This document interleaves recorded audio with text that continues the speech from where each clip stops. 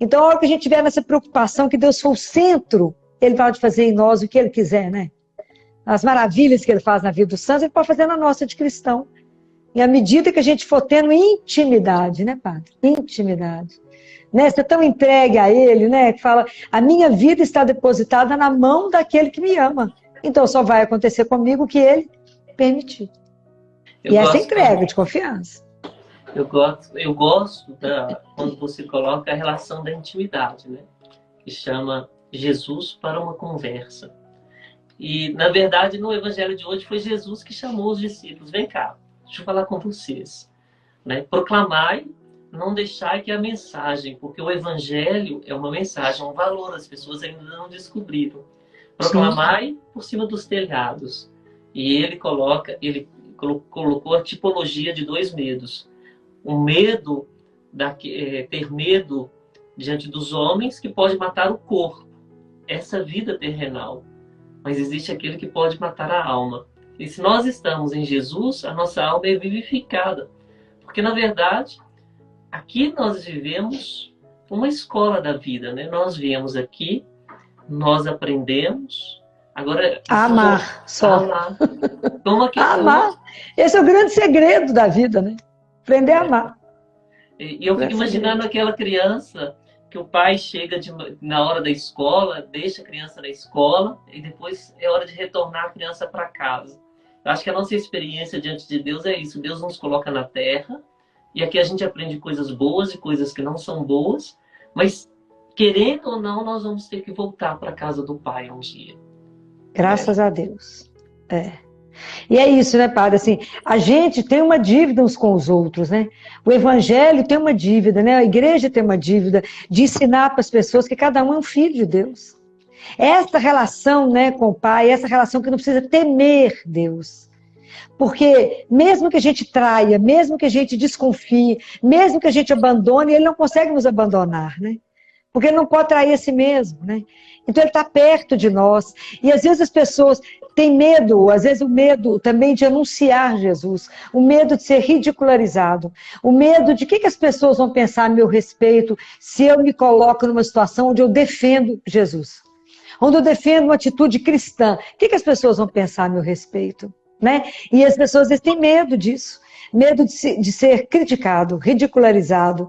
Então, por isso que você tem que ter uma convivência, um amor já tão grande, que você não tem preocupação com o que as pessoas pensam. Na verdade, seu único medo é o que Deus pensa a seu respeito. Então, é tão interessante. Isso para segunda-feira, segunda de manhã. A plantonista que passou o plantão é uma residente nossa, R3 de terapia intensiva, ela passou a noite no CTI e lutou a noite inteira com uma criança que chegou, lutou a noite inteira e a criança faleceu. E ela estava destruída. Ela estava destruída. Ela não foi no quarto, ela trabalhou a madrugada inteira pela vida de uma criança inteira. E eu falei com ela, mas por que você tanto chora? Eu sei que deve ser cansaço. Você fez tudo de uma forma brilhante com essa criança. Você brilhou, mas a gente não é dono da vida. Vocês têm que entender isso, que a morte faz parte da vida. E nada acontece sem a permissão de Deus. Aí no final, ela falou quase que sussurrando assim para mim, mas eu batizei Filó.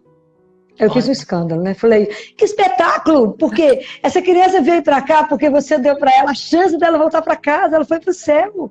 Você pode imaginar o que você fez? O mais importante não foi os remédios, que tudo foi bacana o que você fez. Mas o mais importante foi você ficou do lado dela e batizou ela. Você pode imaginar, um dia você vai rever essa criança, você não tem dimensão dessas coisas, não. Não tenha vergonha quando você fala isso. Eu sei que vocês estão aprendendo um monte de coisa aqui dentro, que bacana. Assumir, eu batizei. Fantástico, minha filha. A gente assume a nossa fé sem vergonha, sem ter medo do que as pessoas vão pensar. Que médica é essa que reza? Oh, que espetáculo, eu tenho maior sócio. É isso mesmo.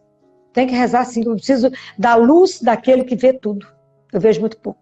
Não ter medo de nada disso, né, padre? Não ter medo. E é interessante você colocando isso, porque eu sou capelão de um hospital há muitos anos, né? E tem quase 18 anos que eu estou nesse hospital. No início, eu parecia um ser estranho que estava entrando dentro do hospital. Primeiro, que a gente tinha a dimensão de que o médico era uma pessoa Deus. totalmente distante, né? Eu não quis usar essa palavra, porque você não, mas eu não quis usar essa palavra.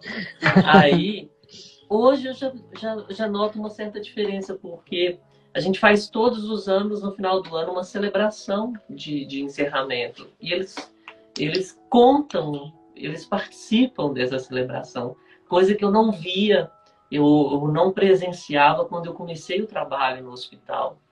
Então, eu acho que para você também deve ter sido muito difícil, muito duro, porque no seu meio, no meio médico, no meio onde existe mais a questão do empírico, da razão, e falar de espiritualidade, e colocar a questão da fé, e dar o testemunho de Jesus Cristo, não deve ter sido muito fácil, né? Não, padre, foi difícil. No início eu fui proibida, mas eu esperava o meu chefe ir embora. Eu falava, eu preciso obedecer a Deus e não aos homens. Vou continuar fazendo. Vou continuar. E foi uma caminhada até eles verem que o que eu estava fazendo era sério. Não era uma brincadeira, né? Eu falo, vocês têm que tomar consciência que nós não somos só corpo. Nós temos uma alma. Vocês vão entender essas coisas. Tem coisas espetaculares que a gente vive com aquelas crianças lá no CTI, que não tem como negar essa dimensão. E o dia que a gente entender esse Deus de amor, padre, eu falo isso, nós vamos dançar. Nós vamos ter medo de quê na vida? O que vai nos atemorizar? Seja o que for que vier. Quem manda em mim, quem é meu dono é um só. É o Senhor.